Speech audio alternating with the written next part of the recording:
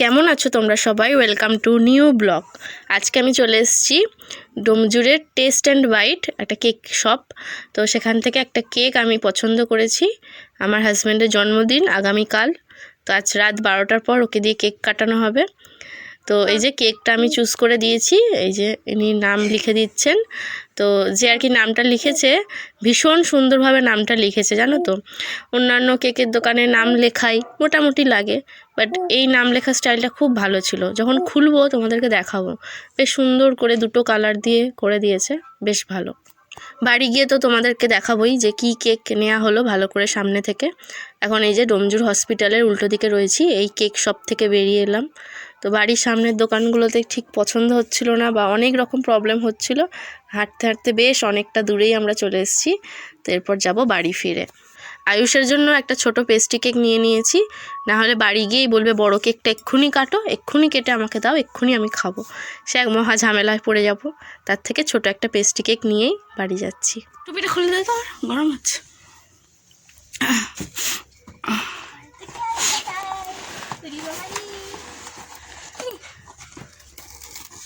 চামচ নিয়ে আসি। চামচ তো আছে, চামচ দেয়নি, দিয়েছে।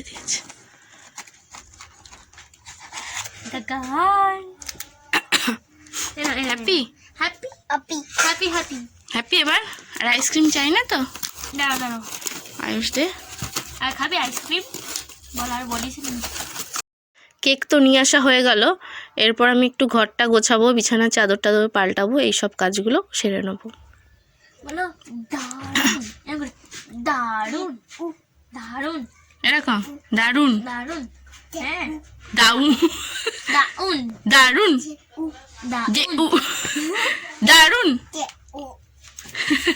আবার বলো। মাকে মাকে মা মা পিপিকে দাও আগে, পিপিকে। মা মা বলো মা। পিপি পিপি না গো মা। নিজেই খেয়ে নিচ্ছে। ধর তোরা ঝগড়া কর, কে আগে খাবি, আমি খেয়ে নিই। তোমাদেরকে বেশ অনেক দিন থেকেই বলছি যে আমার হাজব্যান্ডের বার্থডের জন্য গিফট কিনছি, কিন্তু কি গিফট কিনেছি সেটা তো বলা হয়নি। হ্যাঁ, খুব বড়সড় গিফট নয়, ছোটোখাটোই গিফট।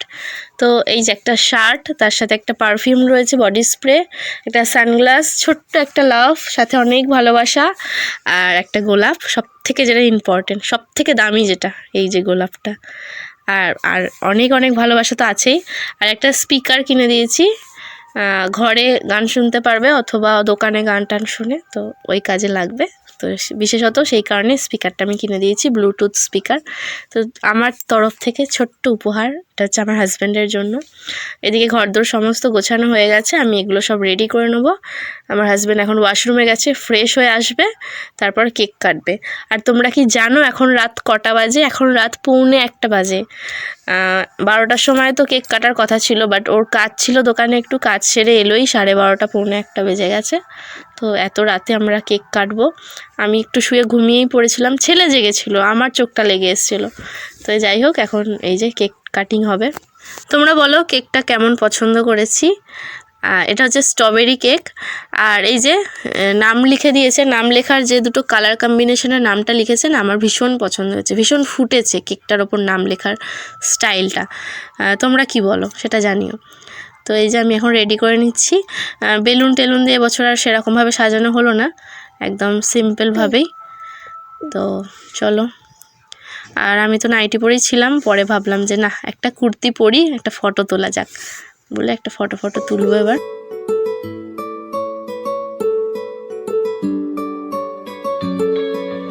নাম জানি না তোর, আর রাত জানি না ভোর, মন যায় রে চলে যায় প্রেম জানিয়ে। হাল মেলাবি আয়, দিন কাল মেলাবি আয়, মন ফিরবে না রে আজ তোকে না নিয়ে।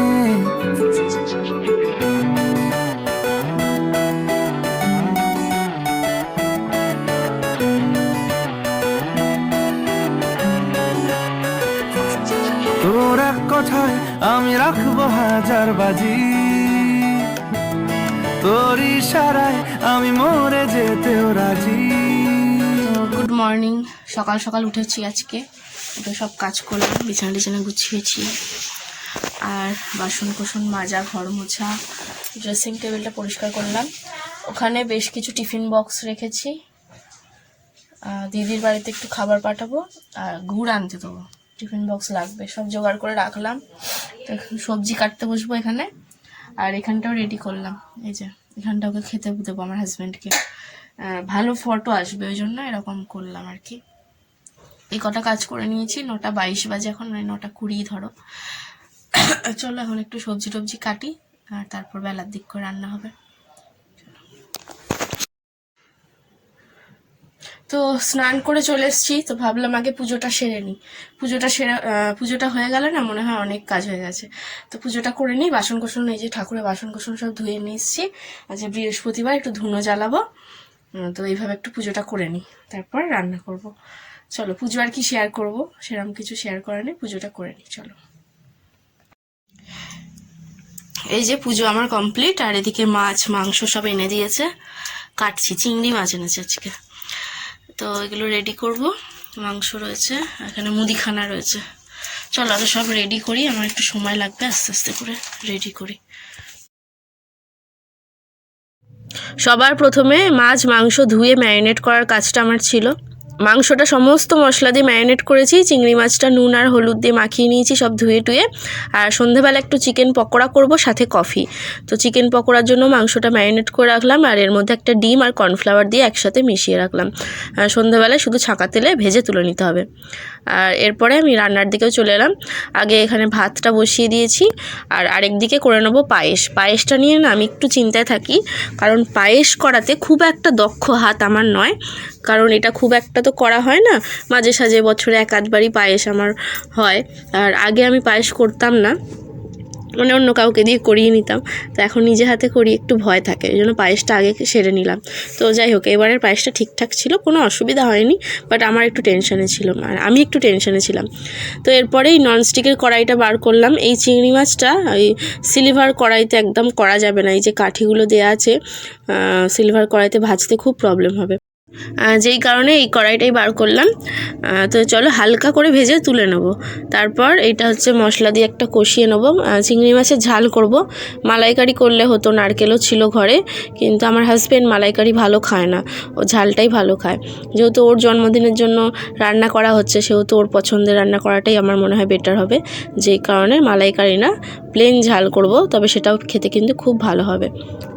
আচ্ছা বলে রাখি, এই চিংড়ি মাছের যে কাঠিগুলো আমি দিয়েছি, এগুলো দেখতে ভালো লাগার জন্যই স্পেশালি দেওয়া, দেখতে ভীষণ ভালো লাগে। আর এইটা আমি মুদিখানা দোকান থেকে কিনেছি, 30 টাকা নিয়েছিল, অনেকগুলো কাঠি ছিল, এর আগে একদিন হয়েছিল, আর আজকে হলো, এখনও অনেক কাঠি বেঁচে গেছে। চিংড়ি মাছের ঝালের জন্য এখানে যে মশলাটা আমি দিয়ে দিয়েছি, এর মধ্যে টমেটো, পেঁয়াজ, আদা, রসুন, অল্প কাঁচা লঙ্কা একসাথে পেস্ট করা ছিল। তো একটু ভালো করে কষিয়ে নেব, নুন আর লঙ্কার গুঁড়ো আর হলুদ গুঁড়ো দিয়েছি। তো একদম হালকা আঁচে দিয়ে মশলাটা আমি কষাতে থাকবো। মশলাতে তেল ছেড়ে দিলে কষানোটা কমপ্লিট হয়ে যাবে। তারপর একটু বেশি করে জল দিয়ে মাছগুলো ছেড়ে একটুখানি স্লো আঁচে মাছগুলো একটু সেদ্ধ হয়ে যাবে, সেই মতন করব। আর এদিকে সমস্ত ভাজাভুজিটা করে নিচ্ছি। বেগুন ভাজা হচ্ছে দেখলে, তার সাথে পটল, আরও 5 রকমের যা যা ভাজাভুজি করব, ওদিকে এক এক করে করে নেব। এদিকে চিংড়ি মাছটা এই যে দিয়ে দিলাম। তো প্রথমে অল্প জল দিয়েছিলাম, তারপর আমার মনে হলো যে না, আর একটু বেশি জল দিয়ে একটু ভালো করে ফোটাই, তারপর আবার শুকনো শুকনো করে নামিয়ে নেবো। যেহেতু আমি হালকা ভেজেছি, আমার মা খুব বলে যে চিংড়ি মাছ একদম কড়া করে ভাজতে নেই, তাহলে টেস্ট পাওয়া যায় না। তো আমি সেরকমই করেছি, হালকা করে ভেজেছি, ভেজে একটুখানি মশলার সাথে একটু বেশি করে ফোটাবো। তো এখানে হচ্ছে মাংসটা করব, চাটনিটা আগেই করে নিয়েছি, পাঁপড়টাও ভেজে নিয়েছি, সেটা শেয়ার করা হলো না। মাংসটা এখন করছি, আলুটা ভেজে তুলে নিয়েছি, পেঁয়াজটা যে ভাজা হয়ে গেছে, ম্যারিনেট করা মাংসটা দিচ্ছি। এই ম্যারিনেট মাংসের মধ্যে নুন, হলুদ, লঙ্কার গুঁড়ো, সর্ষের তেল, আদা রসুনের পেস্ট, একটু বিরিয়ানির গুঁড়ো মশলা, চিকেন মশলা, গরম মশলার গুঁড়ো, তো এই সমস্ত দিয়ে আমি ভালো করে ম্যারিনেট করে রেখে দিয়েছিলাম। ওদিকে সব রান্নাই তো শেষ হয়ে গেল, স্যালাডটা কাটবো, আর এদিকে চিকেনটা হলেই হয়ে যাবে। আর আয়ুষ আজকে বাড়িতে নেই, আয়ুষ গেছে মনীষাদের বাড়িতে। মনীষা বলতে আমার ফ্রেন্ড, আয়ুষ পিপি বলে ডাকে। তো ওখানেই মনীষা ফোন করে বললো যে স্নান করিয়ে দেবে। তো আমি বললাম ঠিক আছে, করিয়ে দে, আমার আরও রান্না করতে সুবিধা হলো এবং তাড়াতাড়ি আজকে রান্নাগুলো সমস্ত কমপ্লিট করতে পারলাম। বাচ্চা থাকলে কি হয়, একটু দুষ্টুমি করে, তখন কি হয়, রান্না থেকে মনোযোগটা আমাদের একটু চলে যায়, এটা সব মায়েদের সাথেই হয়, নিশ্চয়ই তোমরাও জানো, আমার সাথেও হয়। তো আয়ুষ ছিল না যেহেতু আমি খুব মানে নিষ্ঠা সহকারে, আরও বেশি নিষ্ঠা সহকারে আমি রান্নাগুলো আজকে করতে পেরেছি এবং প্রত্যেকটা রান্না আজকে খুব ভালো হয়েছিল এবং খাবার দেওয়ার সময় খুব গুছিয়ে সুন্দর করে সাজিয়ে দিতে পেরেছি। এবং তাড়াহুড়ো, সবথেকে বড় কথা হচ্ছে তাড়াহুড়ো করে কাজ করলে খুব একটা ভালো হয় না কাজ, দেখবে একটু ধীরে সুস্থে করলে কাজটা ভালো হয়। তো আজকে সবথেকে বড় বিষয় যেটা, তাড়াহুড়োটা ছিল না, ধীরে সুস্থে আমি গুছিয়ে সুন্দর করে কাজগুলো সম্পন্ন করতে পেরেছি। তবেই আমার মনে হয় যে না, সবটা ঠিক হয়েছে, এই আর কি। তো এখানে দেখো চিকেনটা কষানো একদম কমপ্লিট হয়ে গেছে। আমার ফ্রেন্ডরা যারা আমার হাতে চিকেন খেয়েছে বেশ অনেকেই বলেছে যে তোর মাংস এত নরম কি করে হয়, চিকেন এত নরম কি করে হয়। তার সবথেকে বড় টিপস হচ্ছে আমি অনেকক্ষণ ধরে চিকেনটা কষাই, আলুটা ভেজে তুলে রাখি, তারপর এই যে সমস্ত মশলা দিয়ে অনেকক্ষণ ধরে চিকেনটা কষাই আর একদম স্লো আঁচে দিয়ে মাঝে মাঝে ঢাকা দিয়ে কষাই, মাঝে মাঝে খুলে নেড়ে দিই আর তারপর কষানো হয়ে যাওয়ার পর শেষে আলু দিই। এর ফলে চিকেনটা খুব নরম হয়ে যায়। তো আয়ুষ হচ্ছে মনীষাদের বাড়িতে স্নান করছিল আর যে স্নান টান করে এখানে রোদে বসেছিল, তারই কিছু ভিডিও ক্লিপস তোমাদের সাথে শেয়ার করলাম। তো ওদিকে ওই আয়ুষ খেলা করছে আর এদিকে আমার রান্নাবান্নাও সমস্ত হয়ে যাচ্ছে। এইভাবেই আজকের দিনটা কিন্তু খুব মজাদারভাবে কাটলো, মানে আজকে সকালটা, সন্ধ্যেটাও আরও বেশি জমজমাটি কাটবে, সেটা তোমাদের সাথে শেয়ার করব। তো আমার তো রান্নাবান্না শেষ, তো এখন আমি যাচ্ছি আয়ুষকে নিয়ে আসতে। এই যে আমাদের বাড়ি থেকেই বেরালাম, বেরিয়ে এই যে সামনেই ঢালাই রাস্তা, এখান থেকে দুটো রাস্তা চলে যাচ্ছে, না তিনটেই, একটা আমাদের বাড়ির দিকে, একটা মেন রোডের দিকে আর একটা ওই দিকটা ভেতর দিকটা। তো ওই দিকে রোড, ওখান থেকে আমরা টোটো ধরি যে কোনো কোথাও যাওয়ার জন্য। আর এই যে এই দিকে রাস্তাটা, এখান দিয়ে মনীষাদের বাড়ি যাওয়া যায়, আর ওই রোডের ওপর দিয়েও একটা রাস্তা আছে, সেখান দিয়েও যাওয়া যায় মনীষাদের বাড়ি যাওয়ার জন্য, দুটো রাস্তা। তো আমাদের বাড়ির সামনের এই রাস্তাটা দিয়ে গেলে আমি নাইটি পরেই চলে যেতে পারি, আর ওই দিকটা দিয়ে ঘুরিয়ে গেলে তখন মানে চুড়িদার পরে থাকলে ওই দিকটা দিয়ে যাই, না হলে ওই দিকটা রাস্তার ধারে নাইটি পরে যেতে আমার ভীষণ লজ্জা লাগে। তো এইখান দিয়ে আমি এই যে ওড়নাটা নিয়ে বেরিয়ে এসেছিলাম, এই যে আয়ুষকে এখন নিয়ে বাড়ি যাবো। কি খেলে? ভাত আর হ্যাপিস করেছ?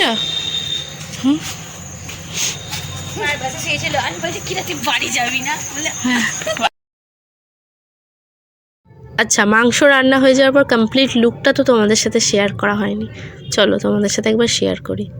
দেখতে কেমন হয়েছে তোমরা জানিও কমেন্ট করে। আর খেতে কিন্তু অসাধারণ হয়েছিল। উফ, যদি তোমাদেরকে খাওয়াতে পারতাম খুব ভালো লাগতো আমার।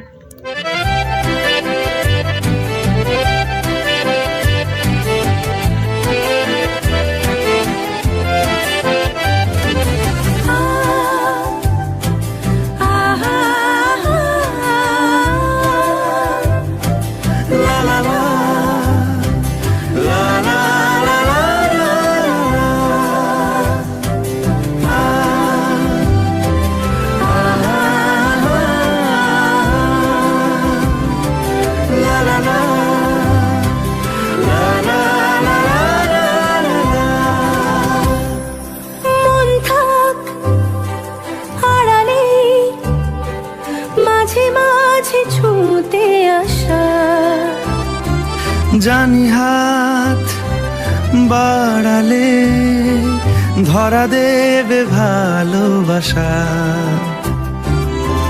তুমি পথ চেনো, পাশে আছি জেনো, আমাকেও সঙ্গে নিলে থেকে যাব তোমায় আমায় মিলে, থেকে যাব তোমায় আমায় মিলে। এই যে আয়ুষের বাবা স্নান টান করে একদম রেডি, আমার দেয়া গিফটটাই পড়েছে, মানে আমার দেয়া জামাটাই পড়েছে। কেমন লাগছে দেখতে তোমরা জানিও কমেন্ট করে। তো এখন খেয়ে নিচ্ছে, এরপর আমি আর ছেলেও খেয়ে নেবো। সব গুছিয়ে গেছি, কমপ্লিট করতে বেজে গেল 4টে। তো এখন হচ্ছে কি একটুখানি শোবো, রেস্ট নেব। আয়ুষ যাবে পড়তে 5টার সময়, 5টা পর্যন্ত আমি রেস্ট নেব। তাকাও এদিকে, পাপড় খাচ্ছে এখন পচা ছেলেটা। তো অ্যাট লাস্ট আয়ুষ ঘুমিয়ে পড়েছে। দেখো আমি অন্ধকারে কথা বলছি, এই সবে ঘুমালো, 4:07 বাজে। তো 5টার আগেই উঠে পড়তে হবে, উঠতে চায় না, উঠে পড়তে হবে, কিছু করার নেই। ভীষণ কান্না করে, অল্প একটু ঘুম হয় তো চলো, আমারও কি ঘুম পাচ্ছে, একটুখানি ঘুমিয়ে নি, খুব ঘুম পাচ্ছে। চলো টাটা। আজকে সমস্ত কাজবাজ সেরেই আমি একটুখানি শুয়েছিলাম, তো উঠে সন্ধেটা দিলাম আর তারপর এখানে তৈরি করে নিচ্ছি চিকেন পকোড়া, তার সাথে তৈরি করব ক্যাপুচিনো কফি, যেটা আজকে সন্ধেবেলার স্পেশাল মেনু। তো এখন করে দিচ্ছি আমার হাজব্যান্ডের জন্য, ও আজকে দুপুরে ঘরে ছিল না, ভাত টাত খেয়ে দিয়েই চলে গেছিলো। আমাদের এখানে ফুটবল গোল্ড কাপ খেলা হচ্ছে, তো সেইখানে খেলা দেখতে গেছিলো। তো এসে একটু ফ্রেশ হলো, তো একটুখানি বললাম যে কফি, ক্যাপুচিনো কফি আর চিকেন পকোড়া খেয়ে যাও, তো এই জন্য করে দিলাম। আর আজকে সন্ধেবেলায় আমাদের বাড়িতে ইনভাইটেড আছে আমার মানে ভীষণ কাছের বন্ধু মনীষা আর সোনিয়া, ওদের ইনভিটেশন আছে, আজকে ওরা আসবে, সন্ধ্যাবেলায় আসবে এবং রাত্রে ডিনারটা করে বাড়ি যাবে। তো আমি সন্ধ্যায় ওদের জন্যই মেনলি এই সবগুলো আয়োজন করেছিলাম। তো আমরা একসাথে খাবো, তো আগে আমার হাজব্যান্ড খেয়ে নিল, তো এখন আমরা 4 জন খাবো। এই যে আমি চিকেন পকোড়াগুলো সমস্ত ভেজে নিলাম। তো এখানে রয়েছে এই যে দেখো ক্যাপুচিনো কফি। এই কফির রেসিপি আমি যখন প্রথম চ্যানেল খুলেছিলাম তখন বহুবার দিয়েছি, এখন আর দেওয়া হয় না। যদি কেউ সহজ রেসিপিটা না জেনে থাকো একটু জানিও, আমি ভীষণ শর্টকাটে করি এবং খুব তাড়াতাড়ি হয়ে যায়। তো তার সাথে রয়েছে কেক। তো এটা হচ্ছে আমাদের সন্ধ্যেবেলার নাস্তা। তো সন্ধ্যাবেলা আমরা ভীষণ আনন্দ করে গল্প করে এত মজা হয়েছে না, মানে খাওয়া দাওয়ার থেকেও সবথেকে বড় আমরা ভীষণ মজা করেছি আজকের দিনটা, মানে অতিরিক্ত মজা করেছি, বলে বোঝানো যাবে না। একটা যে পিকনিক টাইপেরও ফিল আসছিল আর খুব মজা হচ্ছিল। সোনিয়া শুরু কর খা, তুই লজ্জা পাচ্ছিস। এই কফিটা শুরু কর। তুমি শুরু করো নি। হ্যাঁ এটা খাবি? এই যে আমি খা। কবে লাগলো হচ্ছে খুব ভালো লাগছে। আর কফিটা, আর কফি যে বানিয়েছে সে, যে কফি বানিয়েছে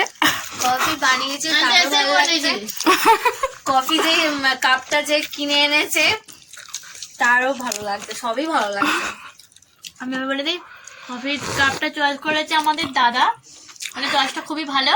আর আমাদের বৌদিকে যে চয়েস করেছে অসাধারণ, পুরো দারুণ, তাই তো? ব্লগে দেবো, জমে কফি ব্লগে দেবো, কইল না হট কফি এভাবে না ব্লগে দেবে। ওকে ওর কথা না, কেমন লাগে? দারুণ বললাম এরকম করে, দারুণ। আমি বলছিলাম জানো তো, আচ্ছা অফ করে দিচ্ছি। ওই নে খালে, আমি শেষ করে ফেলাম। শেষ কর, শেষ। রবিবার করে বেরোবো, দারুণ। সামনে ক্যামেরা করে বলবো দারুণ, দারুণ। আয়ুষ তুমি বলো, বলো দারুণ, বলো দা এরকম। ছাড়ো তো, আমি এখন দুয়াতে কেক দেবো। দারুণ শিখাচ্ছে, দারুণ বলছে দাও।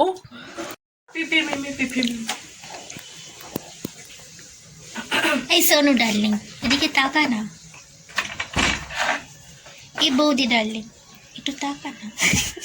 সবাইকে ডার্লিং। কড়াই তেল গরম হয়ে গেছে, এখানে করে করে রাখা হবে। আয়ুষ ওখানে দুষ্টুমি আছে,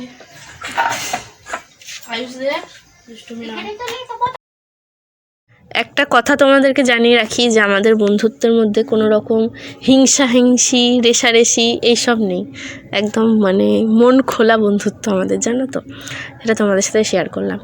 যাই হোক, সকালে যা যা রেসিপি ছিল সেইগুলোই রয়েছে, শুধু রাতে তো আর ভাত খাওয়া যায় না, তার উপরে এই ঠান্ডা, যেই কারণে লুচি করা হয়েছে। আমরা 3 জনে একসাথে লুচিটা করেছি, একজন ভেজেছে, একজন বেলেছে, একজন মেখেছে, একজন গোল করেছে, এরকমভাবে ভীষণ মজা করে সন্ধেটা কাটালাম। কফি খাওয়ার সময় ওদের যে বক্তব্যটা ছিল সেটা তোমরা বুঝতে পেরেছো কি না জানি না, আমি একটুখানি এক্সপ্লেন করে দিই, তোমাদের সাথে শেয়ার করি। ওরা এটাই বলতে চাইছিল যে আমি কফিটা যেই কাপে দিয়েছিলাম, কাপটা ওদের ভীষণ পছন্দ হয়েছিল। তো আমাদের বাড়ির সামনে যে মেলা বসেছিল কদিন আগে, মেলা থেকেই কেনা হয়েছিল। তো ওরা এত কাপ খুঁজেছে, এত কাপ কিনেছে, কিন্তু আমার কাপটা দেখে ওদের সব থেকে বেশি পছন্দ হয়েছে। তো আমি বললাম যে এরকম আমার হাজব্যান্ডই মানে ওদের দাদা হয়, তো বললাম যে তোদের দাদাই কিনে এনেছে। তো বলছে বাবা দাদার তো খুব ভালো চয়েস আছে, এত সুন্দর কাপ কিনেছে আর আমাদের জন্য এত সুন্দর বৌদি এনে দিয়েছে। তো সেই কথাটাই মানে ভীষণ আমরা আনন্দ করছিলাম, এইটা নিয়ে হাসাহাসি করছিলাম।